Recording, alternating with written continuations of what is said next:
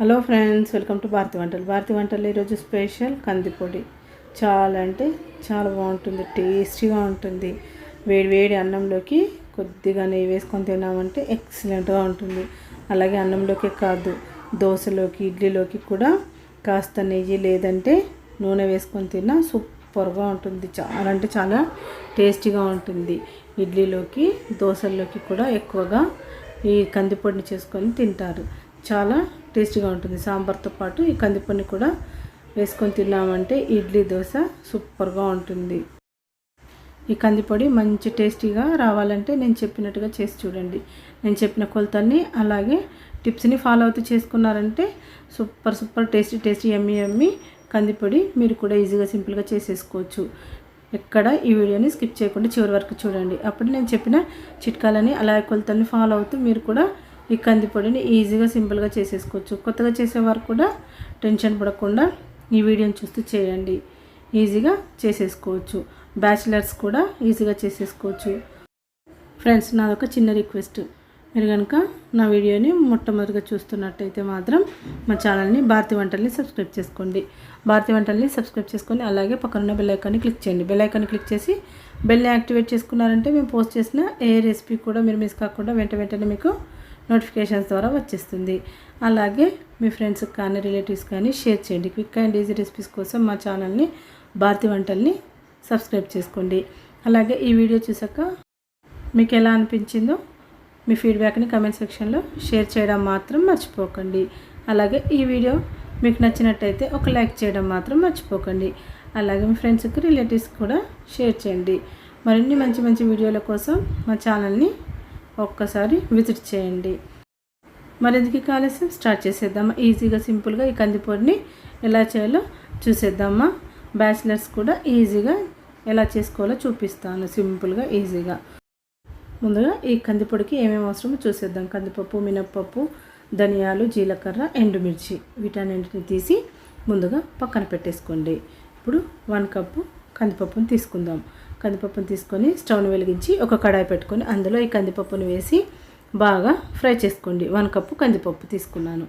స్టవ్ని సిమ్లో పెట్టేసి బాగా ఫ్రై చేసుకోండి. రంగు మారేంత వరకు ఈ పప్పుని బాగా ఫ్రై చేయండి. కాస్త వేగాక కమ్మగా వాసన వస్తుంది ఈ పప్పు వేగాక.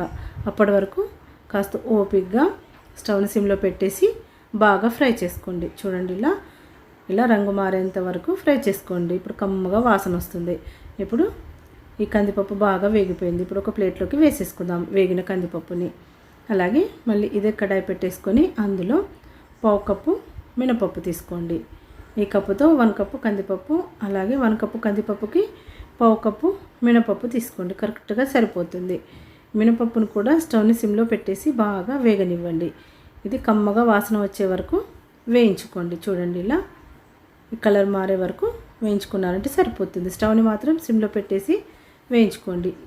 మినపప్పు కూడా బాగా వేగిపోయింది. మినపప్పు బాగా వేగాక ఇందులో కొద్దిగా ఇంగువ వేసుకుందాము. 1/2 టీ స్పూన్ ఇంగువ వేసి ఒక్కసారి ఫ్రై చేసుకుందాము. ఇలా కొద్దిగా ఫ్రై చేసేసుకొని ఇప్పుడు ఈ మినపప్పును కూడా వేగిన మినపప్పును కూడా కందిపప్పులో వేసేసుకుందాం. ఒక ప్లేట్లో వేసేసి పక్కన పెట్టుకుందాం. అలాగే అదే కడాయి పెట్టుకొని అందులో ధనియాలని వేసుకోండి. 2 టేబుల్ స్పూన్స్ వేసుకోండి. 1 కప్పు కందిపప్పుకి 1/2 కప్పు మినపప్పు, అలాగే 2 టేబుల్ స్పూన్స్ ధనియాలు వేసుకోండి. ధనియాలు కాస్త వేగాక అందులో 1 టేబుల్ స్పూన్ జీలకర్ర వేసుకోండి. వేసి జీలకర్ర ధనియాలని బాగా ఫ్రై చేసుకోండి. స్టవ్ని మాత్రం సిమ్లోనే పెట్టేసుకోండి. చూడండి, ఇవి కూడా బాగా ఫ్రై అయ్యాయి.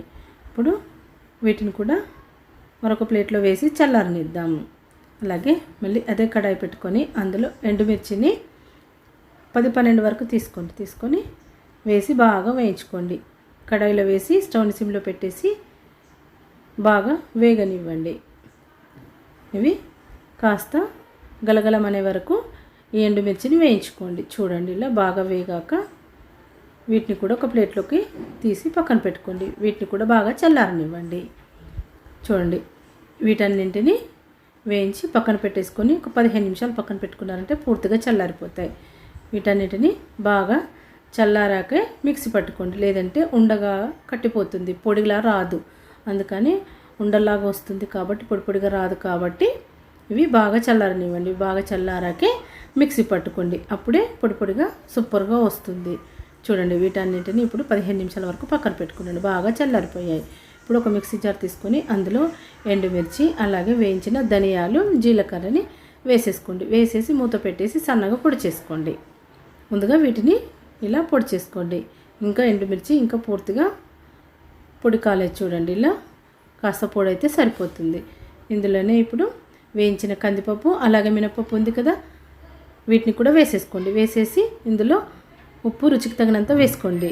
నేను 2 టీ స్పూన్స్ ఉప్పు వేసాను. వేసి మిక్సీ పట్టుకోండి. సన్నగా పొడి అయ్యేంత వరకు మిక్సీ పట్టుకోండి. చూడండి ఇలా సన్నగా పొడి అవ్వాలి. ఈ పొడి చాలా స్మూత్గా ఉండాలి. బరకగా అస్సలు ఉండొద్దు.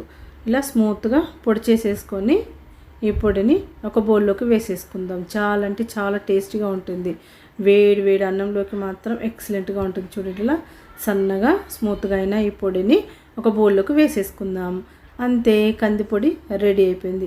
చూసారా ఎంత సింపుల్గా ఎంత ఈజీగా చేసేసుకోవచ్చో. ఎవరైనా చేసేసుకోవచ్చు. చిన్న పెద్ద అనే తేడా లేకుండా ఎవరైనా చేసేసుకోవచ్చు. కాకపోతే స్టవ్ని సిమ్లో పెట్టి మాత్రమే పప్పులన్నింటినీ వేయించుకోండి. వేటిని వేయించినా స్టవ్ని సిమ్లో పెట్టి మాత్రమే బాగా వేయించుకోండి. అప్పుడే ఈ కందిపొడి టేస్టీగా వస్తుంది. లేదంటే మాడిపోతాయి. హై ఫ్లేమ్లో కానీ మీడియం ఫ్లేమ్లో కానీ పెట్టేసి మీరు వేయించారంటే ఈ పొడి అంత టేస్టీగా రాదు. అందుకని స్టవ్ని సిమ్లో పెట్టేసి మాత్రమే అన్ని ఇంగ్రీడియంట్స్ని స్లోగా ఫ్రై చేసుకోండి. ఇలా వేడి వేడి అన్నంలోకి వేసుకొని తినండి ఈ పొడిని ఎయిర్ టైట్ కంటైనర్లో వేసి స్టోర్ చేసి పెట్టుకోండి. 1 మంత్ వరకు పాడవద్దు. 1 మంత్ ఏంటి 2-3 మంత్స్ కూడా పాడవకుండా ఉంటుంది. చాలా అంటే చాలా టేస్టీగా ఉంటుంది. దోశల్లోకి ఇడ్లీలోకి చాలా అంటే చాలా బాగుంటుంది. అన్నంలోకి అయితే మరీ బాగుంటుంది. ముందుగా 2 ముద్దలు ఈ పొడితో అన్నం తిన్నామంటే సూపర్గా ఉంటుంది. ఇంకో 4 ముద్దలు ఎక్కువ తినాల్సిందే. అన్నంలో వేసుకున్నప్పుడు నెయ్యి కాకుండా నూనె వేసుకొని తిన్నా బాగుంటుంది. ఇడ్లీలోకి దోశల్లోకి తిన్నప్పుడు కూడా నెయ్యి కాకుండా మీకు ఇష్టం ఉంటే నూనె కూడా వేసుకొని తినండి. మరెందుకు ఆలస్యం ఫ్రెండ్స్, ఈరోజే ఈ కందిపొడిని మీరు కూడా ఈజీగా సింపుల్గా చేసేసుకోండి. చాలా టేస్టీగా ఉంటుంది. ఈ రెసిపీని మాత్రం అస్సలు మిస్ కాకండి. ఈరోజే ట్రై చేసి చూసి ఎలా వచ్చిందో మీ ఫీడ్బ్యాక్ని కమెంట్ సెక్షన్లో షేర్ చేయడం మాత్రం మర్చిపోకండి. ఇంత మంచి రెసిపీని అస్సలు మిస్ కాకండి. ఈరోజు కందిపొడిని ఏ విధంగా చేయాలో చూసేశారు కదా. మరొక మంచి వీడియోతో మళ్ళీ కలుద్దాం. Thank you for watching friends.